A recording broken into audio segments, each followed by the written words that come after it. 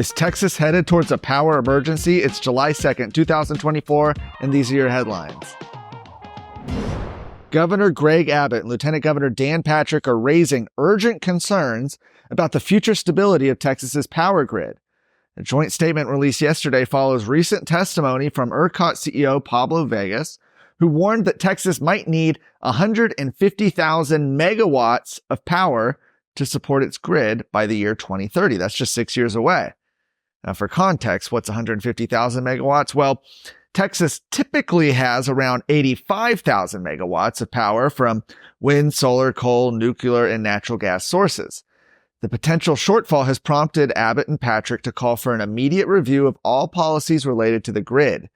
Now, last November, Texas voters approved Senate Joint Resolution 93, which established the Texas Energy Fund.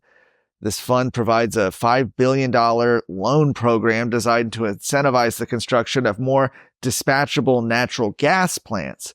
According to Abbott and Patrick, demand for these loans has been overwhelming. The states received notices of intent to apply for $39 billion in loans. That's nearly 8 times the available amount.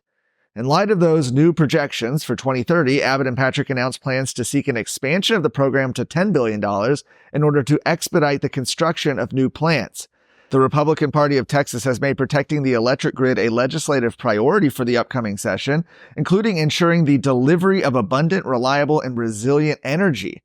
Unreliable energy sources like wind and solar, which the state has already spent billions of dollars subsidized, infamously failed in the winter storm of February 2021, leading to massive power outages across the state. We all remember that. With the state facing another round of extreme heat this summer, recent polling revealed that most Texans believe an electrical grid failure could happen again.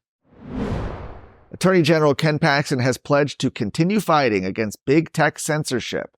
This immediately followed yesterday's decision from the U.S. Supreme Court, where they sent a case regarding Texas's prohibition of social media censorship based on viewpoints, that was House Bill 20, back to the Fifth Circuit Court of Appeals. HB 20 barred social media companies from censoring users in Texas based on their expressed opinions. Following its adoption, technology group NetChoice sued the Attorney General, Texas, Ken Paxton.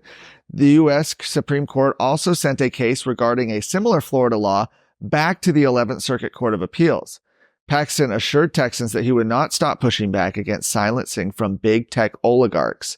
The court unanimously ruled Monday, of course, to return the case to the Fifth Circuit. Justice Elena Kagan, an appointee of President Obama, wrote the opinion of the court where she said that a state may not interfere with private company speech in search of what the state views as ideological balance. What are the important things out there in Texas politics and Texas news that matter to you, and what can you do about it? That's what we want to bring you with the Luke Macias Show on a weekly basis for 20 to 30 minutes. That way you can get the information and go do something for the rest of your week. I look forward to coming to you every Wednesday. A coalition of over 90 local elected officials and activists is urging State Representative Giovanni Capriglione to oppose any speaker candidate who supports appointing Democrats to leadership positions in the Texas House. The letter includes signatures from the mayors of Keller, Colleyville, and Southlake, many of the city council members from those cities. Additionally, there's members of Keller ISD, Grapevine Colleyville ISD, and Carroll ISD, which have signed on, along with a slate of Republican precinct chairs inside the district. The letter was sent by Southlake families, led by Lee Wamsgans. Additionally, the group asked Capriglione to commit to supporting a speaker first nominated by the Republican caucus and to oppose any candidate who first courts the support of Democrats. The move is a rebuke of current Speaker Dade Phelan, who has repeatedly defended the practice of placing Democrats as chairs of committees and has stated he will not waver, those are his words, from the practice if elected as Speaker again. A ban on Democrat chairs is a legislative priority of the Republican Party of Texas. Phelan also courted Democrats before the caucus nomination process when first taking the speakership back in 2021. Last month, 46 current and incoming Republican House members signed a similar statement saying they would only support a speaker in the Republican caucus who opposes Democrat chairs.